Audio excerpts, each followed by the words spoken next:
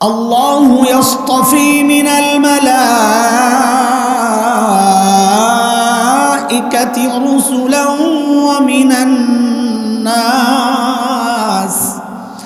আল্লাহ বলেন সমস্ত রসুলকে আমি আল্লাহ নির্বাচন করছি। বলেন রসুল কার নির্বাচন? বলেন কার নির্বাচন? এখন কোন রসুল যদি গুনাহ করেন তো আল্লাহর নির্বাচনটাই প্রশ্নবিদ্ধ হয়ে যায় যে আমাদেরকে গুনাহ থেকে বাঁচাইতে আপনি কাদেরকে রসুল বানাইলেন? তারা নিজেরাই তো গুনাহ করে। আল্লাহর নির্বাচন যেন প্রশ্নবিদ্ধ না হয় এই জন্য আল্লাহ নিজে সমস্ত নবীকে গুনাহ থেকে বাঁচায় রাখছেন। একটা উদাহরণ দিলে বুঝবেন। যেমন হযরতে ইউসুফ আলাইহিস সালাতু ওয়াস সালাম, নাম শুনেছেন? কেমন ছিলেন দেখতে? আমার মতো কালো? আল্লাহ, কেমন ছিলেন বলে? কেমন সুন্দর!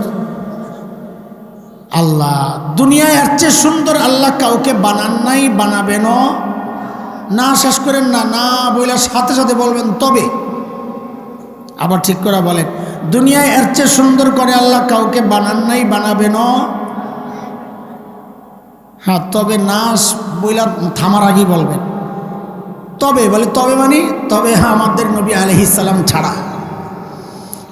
আমাদের নবীর সৌন্দর্যের সাথে কারো সৌন্দর্যের তুলনা হয় না। হযরত ইউসুফ ছিলেন ফর্সা সুন্দর, আমাদের নবী দেখতে সুন্দর। চোখের দিকে তাকালে মনে হতো এর চেয়ে সুন্দর চোখ আর হইতে পারে না। ঠোঁটের দিকে তাকালে মনে হতো এর চেয়ে সুন্দর ঠোঁট আবার হয় কি করে।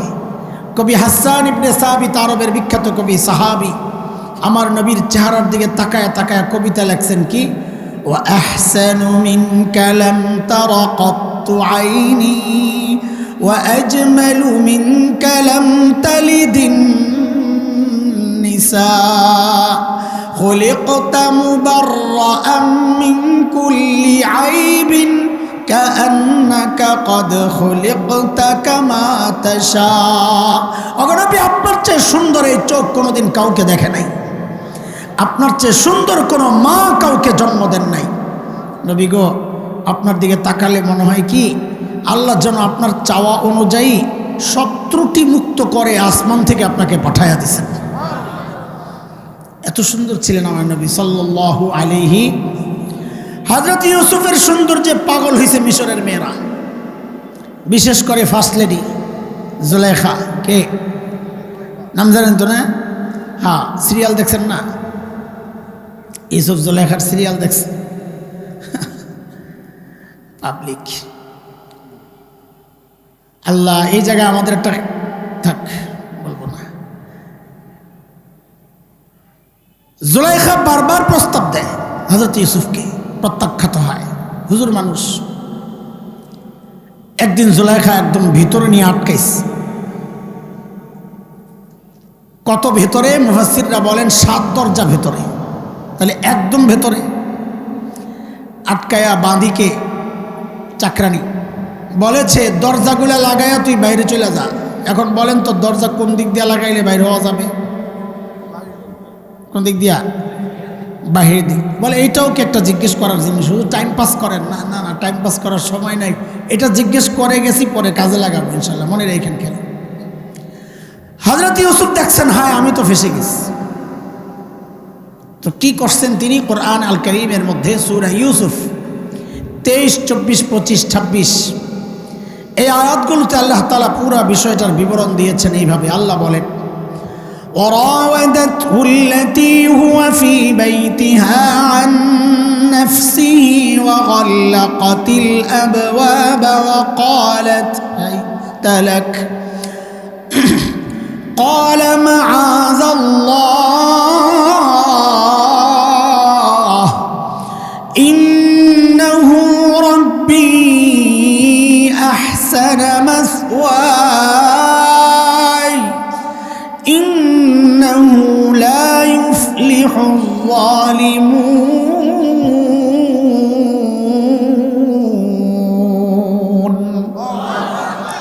দিছেন এক চিৎকার, মাআযাল্লাহ, ও আল্লাহ আমাকে বাঁচান।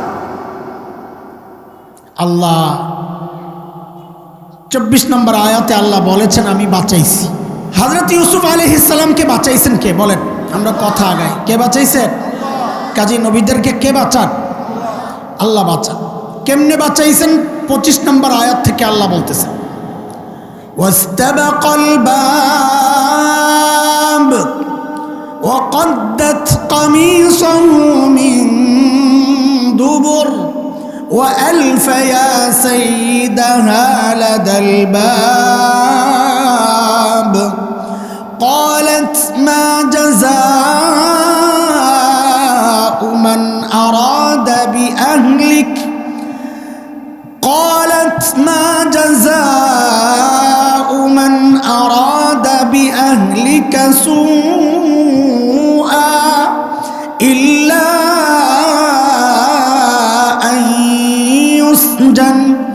أو عذاب أليم।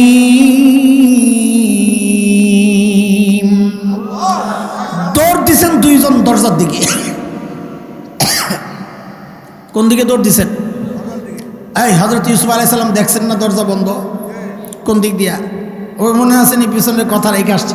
কোন দিক দিয়া? বাহির দিয়া। আরে ভেতর দিয়া দরজা লাগানো থাকলেও তো চিন্তা করতো তালাটারে যাই রুটাইনে টুনে দেখি ট্রাই করে চুরানো যায় কিনা, কিন্তু তালা তো বাহির দিয়া লাগানো। তো কোন ভরসায় হযরত ইউসুফ দৌড় দিলেন? হযরত ইউসুফের ঈমান আমার আর আপনার মতো নড়বড় ঈমান না, ওটা ছিল নবীওয়ালা ঈমান। তিনি চিন্তা করেছেন আমি যে আল্লাহকে ডাক দিয়েছি ওই আল্লাহর জন্য এই দরজার তালা কোনো বিষয় না। দিছেন দৌড় কোন দিকে? হযরত ইউসুফ সামনে, জুলাইখা পিছনে, খালি থাবাথাবি করতেছে ধরার লেগা। হুজুরের জামা, কম দামি কাপড় টাইনে জামা সিরালাইছে পিছন দিয়া। কোন দিক দিয়া? মনে রেখেন কোন দিক দিয়া। এই এখন বিভিন্ন বড় বড় মার্কেটে দেখেন কিনা গ্লাসের দরজা, সেন্সর মেশিন লাগানো। মানুষ সামনে গেলে গন্ধ পাইলে হা করে, মানে দরজা খুলে যায়। দেখছেন কিনা? হ্যাঁ, আবার চলে গেলে দরজা বন্ধ হয়। দেখেছেন? ওই দরজার মধ্যে একটা মেশিন লাগানো ছিল। সেই মেশিনটা হইল আল্লাহর হুকুমের মেশিন। মেশিনের নাম কি? যেই না হযরত ইউসুফ দরজার সামনে গেছেন, খট করে দরজা খুলে গেছে। এই খুলছেন কে? নবীকে বাঁচাইছেন কে? আমরা এটা একটা একটা করে খালি বলতে থাকবো, কারণ আমাদের বিষয় এটা। নবীদেরকে গুনাহ থেকে বাঁচান কে? আল্লাহ দেখাইতেছেন কেমনে বাঁচাইছেন। একটা, দুইটা, তিনটা, চারটা, পাঁচটা, ছয়টা, 7 দরজা খুইলা যায়া পড়ছে একেবারে জুলাইখা নিজের জামাইয়ের সামনে, আজিজে মিসর। এখন তো একদম হাতে নাতে ধরা। আর দৌড়ের ভাব দেখেও তো বোঝা যায় কে অপরাধী কে নিরপরাধ। যিনি সামনে ভাগতেছেন আর পিছনে যে ধরার জন্য চেষ্টা করতেছেন, বোঝা যায় না কে ধরতে চায় কে বাঁচতে চায়, বোঝা যায় না। এরপরেও বেডি জায়গায় যায় মারছে একটা পোল্ট্রি। পোল্ট্রি বুঝেন? পোল্ট্রি মারছে কি? জায়া জামাইরে বলে কি, আপনার স্ত্রীর সাথে অপকর্মের চেষ্টা যে করলো তার শাস্তি কি হওয়া উচিত। দেখছেন নি কারবার? দোষ করছে কে? জোরে বলেন। দায় চাপাইতেছে কার উপর? না না, হুজুরের উপর। বলেন কার উপর? আরে বলেন না। দোষ করছে কে? দায় চাপাইতেছে কার উপর? দোষ করছে নিজে, দায় চাপায় হুজুরের কান্দে। পুরাই হাসিনা স্টাইলের কি। হ্যাঁ, আল্লাহ এটা বইলে আবার কি বলতেছে তার শাস্তি হওয়া উচিত। এটা তুমি না বিচার চাইলা, তো এখন রায় তুমি দাও কেন? এটা হলো ক্ষমতার দাপট। আদালত থেকে বিচার হয় না, বিচারের স্ক্রিপ্ট আগে তৈরি হয়, আদালতে পাঠায়া দেয়, বিচারকরা দেখা দেখা রায় ঘোষণা করে। এখানেও তাই হয়েছে। জুলাইখা নিজে বলল কি শাস্তি হওয়া উচিত, বইলে আবার কয় ইল্লা আইয়ুসজান আও আযাবুন আলিম। নেত্রীর কাছ থেকে বিচার সিদ্ধান্ত চলে যাচ্ছে, এখন খালি পাশ করার পালা। শাস্তি কি হওয়া উচিত? হয় ওরে আয়না করে ঢুকান, ইল্লা আইয়ুসজান। কোন জায়গায়? আর আপনি বলবেন হুজুর তখন কি আয়না করছিল? আরে ছিল, নাম আরেকটা ছিল আর কি, যেটা ছিল সেইটাই। কার নাইলে কয় রিমান্ডে দেন, কঠিন একটা পিটা লাগাইলে স্বীকার করো। কারণ অনেক দুনিয়ার অনেক সময় এমন গেছে যে রিমান্ডে নিলে যে অপরাধ করে নাই সেও স্বীকার করে। আমরা গল্প শুনছি কোনো এক দেশের গল্প, আন্তর্জাতিক কোনো এক সংস্থা সারা দুনিয়ার পুলিশ দাওয়াত দিছে কোন দেশের পুলিশ কতটা চৌকস পরীক্ষা করার জন্য। এক জঙ্গলে ঢুকাইয়া বলে দিছে 10 মিনিটের মধ্যে একটা করে শিয়াল দৌড়ালো, এই আধা ঘন্টা টাইম। কি আনতে? বিশেষ এক দেশের পুলিশ, আমি নাম বললে আমার একটু বেজ্জতি, এই জন্য দেশের নাম বললাম না। ওই পুলিশ যায় 10 মিনিট পরে কুত্তা একটা ধরে রয়েছে, আনার কথা আনছে। তোরা বলে ভাই কি করছো, তোমারও তো দায়িত্ব দেওয়া হয়েছে শিয়াল আনতে, তুমি আনছো কুত্তা। কয় স্যার 10 মিনিটের আগে আছে, আরও তো 20 মিনিট রয়েছে, আমার 10 মিনিট সময় দেন, ওরা রিমান্ডে নিলে ও নিজেই করবো আমি শিয়াল। এইটা হইল রিমান্ড। আরে কথা বলেন, কথা বলেন। এমন জিন্দিগি গেছে না, যায় নাই? বাসার থেকে আর পর্দানশীল নারীদেরকে ধৈরা আইনা জঙ্গি বানানো হয়েছিল। ইমানদার ছেলে ইউনিভার্সিটিতে পড়ে, ওর অপরাধ কি? ও দাঁড়াইয়া পেশাব করে না। ওর অপরাধ কি? ও সিগারেট খায় না। ওর অপরাধ কি? ও টাকনুর উপর কাপড় পরে। ওর অপরাধ কি? ও দাড়ি রাখছে। ওর অপরাধ কি? ওলামাদের সাথে সম্পর্ক রাখে। এমন শত শত ইউনিভার্সিটি কলেজের ছেলেদেরকে জঙ্গি বইলা ধরা হয় নাই? হয়েছে। সিস্টেম এটা। রিমান্ডে নিয়ে স্বীকারোক্তি নেওয়া হয়েছে। আমরা শুনলে আপনাদের পশম দাঁড়ায় যাবে, এমন নির্যাতন করা হয়েছে, একদম নিরীহ মানুষ, কিচ্ছু জানে না। জঙ্গির লিডার বানানো হয়েছে, কিচ্ছু জানে না। মিশরের গভর্নর তো বুঝছে কাহিনী যা, তারপর বউ তো নিজের দলের লোক হইলে সত্যটা যাই না, ধামাচাপা দিতে হয়। তো বলে ইউসুফ খবর কি বলো? তো হযরত ইউসুফ আলাইহিস সালাম বলতেছেন, হিয়া রাওয়াদাতনি আন নাফসি, আমি কিচ্ছু করি নাই, যা করছে মহিলা।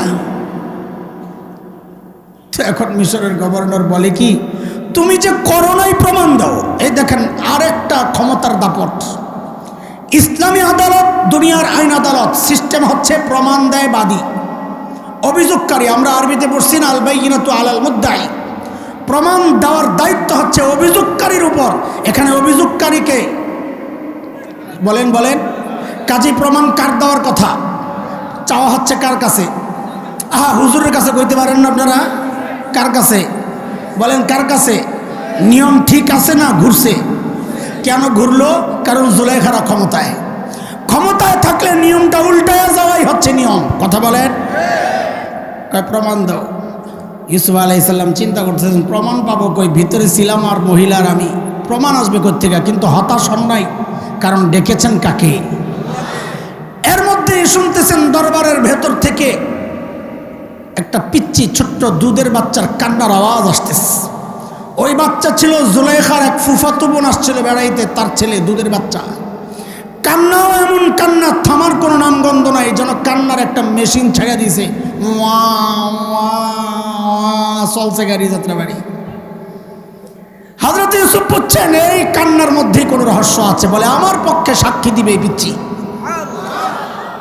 জুলাইখা তো মনে মনে খুশি, চান্দু মুন্সি খাইছ ধরা। অস্বীকার কর্তা দলিল তোমারও নাই আমারও নাই, একটা ঝুলে থাকতো বিষয়। পিচ্চিকে জিজ্ঞেস করা হলো, রে পিচ্চি অপরাধ কে করেছে? এখন পিচ্চি যদি ডাইরেক্ট বলতো অপরাধ করছে জুলাইখা, তো ওই দরবারের মুরগি চোরা যেগুলা ছিল, সব দরবারে তো মুরগি চোরা থাকে না? ওই দরবারের মুরগি চোরারা বলতো কি, মৌলবীর কাম, জাদু দিয়ে পিচ্চির মুখ দিয়ে কথা বের করছে। মৌলবীরা কত নাটক জানে, শাপলা চত্বরে রং মাইখা শুয়েও থাকতে পারে মৌলবীরা। দরবারি শয়তানদের কথা না এগুলা। আল্লাহ তাআলা এই জন্য পিচ্চির মুখ দিয়া কথা এমন সাইজ করে বের করছেন যেন এদিক ওদিক চাপাচাপি না করা যায়। আল্লাহু আকবার বলবেন না? পিচ্চির জবান আল্লাহ খুলে দিয়েছেন। পিচ্চি কি বলে? ইন কানা কামিসুহু কুদ্দা মিন কুবুল ফাসাদাকাত ওয়া হুয়া মিনাল কাযিবিন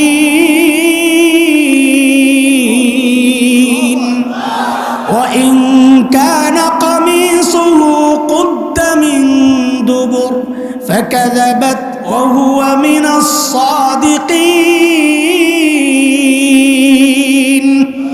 বলে ইউসুফের জামা চেক করেন, জামা, হুজুরের জামা চেক করেন। জামা চেক করলে কয় যদি দেখেন জামার সামনে দিয়া ছিঁড়া, তো বুঝবেন ইউসুফ অপরাধী। জুলাইখা নিরপরাধ। ইউসুফ ধরতে গেছে, জুলাইখা আত্মরক্ষার্থে নিজেকে বাঁচাতে গিয়া হুজুরের জামা টাইনা ছিঁড়ছে। আর যদি দেখেন জামা পেছন দিয়া ছিঁড়া, তো বুঝবেন জুলাইখা অপরাধী। ইউসুফ পালাতে গেছে, জুলাইখা পেছন দিয়া থাবা মারছে, তো জামা পেছন দিয়া ছিঁড়ছে। ফালাম্মা রাআ কামিসাহু কুদ্দা মিন দুবুর, চেক করে দেখে জামা তো পেছন দিয়া ছিঁড়া, কেস তো ফিটিং। এ দোস্ত, গল্প শোনানো মাকসাদ না, আমার সময় নাই, অনেক দূর যাইতে হবে। এই পর্যন্ত আসছি সামনের কথাটা বলার জন্যে। সামনে কি আসতে শুনেন।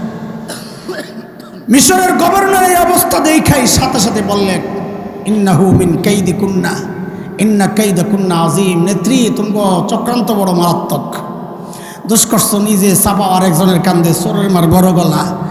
ইউসুফ আরিদান হাজা, কাউরে কিচ্ছু বইল না, মানিজ্যতের ব্যাপার ভাই। আর জুলাইখারে যা বলতেছে এটা সারা দুনিয়ার মানুষের জন্যে এটা একটা শিক্ষা। ওয়াস্তাগফিরি লিজামবিক ইন্নাকি কুনতি মিনাল খাতিইন। অপরাধ করে বড় গলায় কথা বলতে হয় না, গুণ খুন করে বড় গলায় কথা বলতে হয় না, আর টাকা পাচার করে বড় গলায় কথা বলতে হয় না, দুর্নীতি করে বড় গলায় কথা বলতে হয় না, হাজারো মানুষের রক্ত ঝরাইয়া বড় কথা বলতে হয় না, ক্ষমা চাইতে হয়, ক্ষমা চাইতে হয়, বিদেশে পয়সা উস্কানি দিতে হয়।